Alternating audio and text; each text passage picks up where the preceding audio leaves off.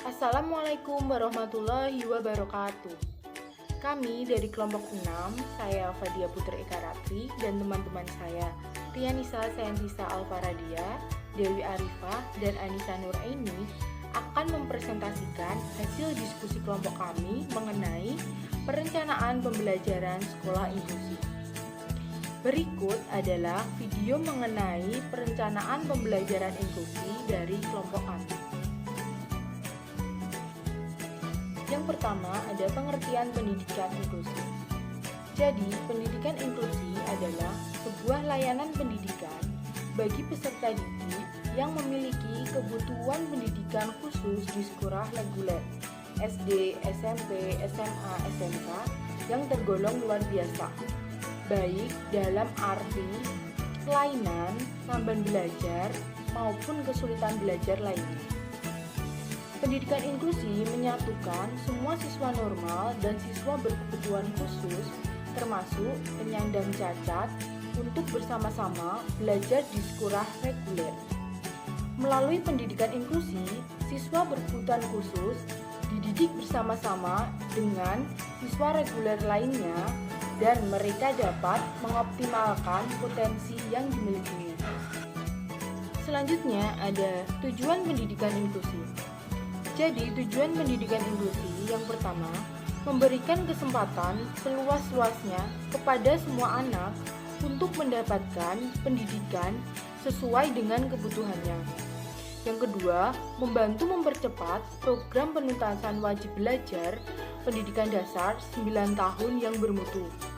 Yang ketiga, membantu meningkatkan mutu pendidikan dasar dan juga menengah dengan menekankan angka tinggal kelas dan putus sekolah.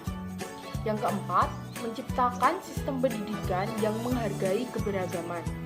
Yang kelima, tidak diskriminatif. Dan yang terakhir, serta ramah terhadap pembelajaran. Selanjutnya, komponen pembelajaran pendidikan inklusi.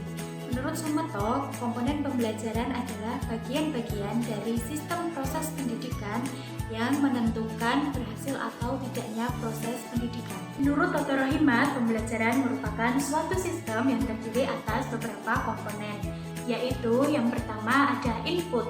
Komponen input menurut Suwarno terdiri atas raw input atau masukan siswa. Kemudian ada instrumental input atau masukan sarana. Kemudian yang ketiga ada environmental input atau masukan lingkungan. Nah, raw input akan diproses menjadi output. Instrumental input akan menentukan cara selama proses dan environmental input akan mendukung proses pendidikan. Kemudian yang kedua ada proses. Komponen proses pembelajaran adalah letak kegiatan belajar berlangsung yang merupakan komponen sangat penting dalam mewujudkan kualitas output pendidikan. Kemudian yang ketiga adalah outcome. Komponen outcome pembelajaran menurut Suwarno dalam sistem pembelajaran outcome merupakan kebermaknaan output di dalam sistem yang lebih luas atau sistem lain yang relevan. Pembahasan selanjutnya yaitu penempatan peserta didik. Menurut Badarudin, penempatan peserta didik adalah kegiatan pengelompokan peserta didik yang dilakukan menggunakan sistem kelas. Nah, pengelompokan peserta didik ini dilakukan sebelum peserta didik mengikuti proses pembelajaran. Pengelompokan peserta didik ini dapat dilakukan dengan berbagai cara. Misalkan berdasarkan kesamaan, yaitu dikelompokkan sesuai dengan jenis kelamin maupun umur. Kemudian bisa berdasarkan perbedaan dari setiap individu peserta didik. Misalkan dari minat, bakat, dan kemampuan peserta didik yang pastinya berbeda-beda. Nah, pengelompokan ini bukan dimaksudkan untuk mengkotak-kotakan peserta didik, melainkan untuk membantu agar mereka ini dapat berkembang seoptimal mungkin. Nah, Micun mengemukakan ada dua jenis pengelompokan peserta didik. Yang pertama ability grouping dan yang kedua sub grouping within the class. Nah, ability grouping ini adalah pengelompokan berdasarkan kemampuan di dalam setting sekolah, sedangkan sub grouping within the class ini merupakan pengelompokan berdasarkan kemampuan di dalam set. Nah, materi selanjutnya yaitu prinsip pembelajaran dalam pendidikan inklusi.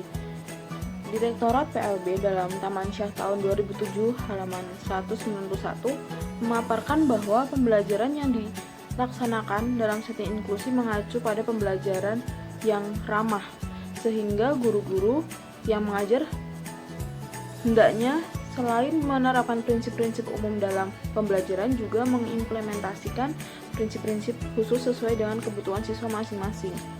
Nah, prinsip umum ini meliputi dari motivasi siswa, lalu memanfaatkan sumber daya lingkungan sekitar, lalu keterarahan yang memusatkan tujuan, lalu menyiapkan alat dan strategi pembelajaran yang tepat, lalu mengoptimalkan interaksi sosial, lalu ada belajar sambil bekerja, dan melatih siswa untuk merumuskan, mencari data, menganalisis, dan memecahkan masalah sesuai dengan kemampuannya.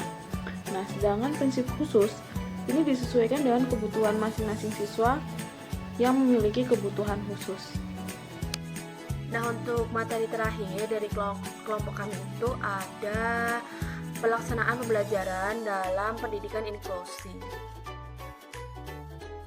Oke, untuk pelaksanaan pembelajarannya itu hampir sama dengan pembelajaran di kelas umum. Namun kalau di pembelajaran kelas inklusi itu selain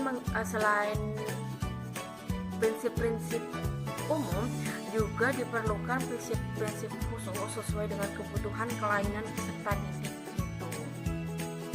Selain itu juga materi juga perlu diadaptasikan sesuai dengan kemampuan siswa.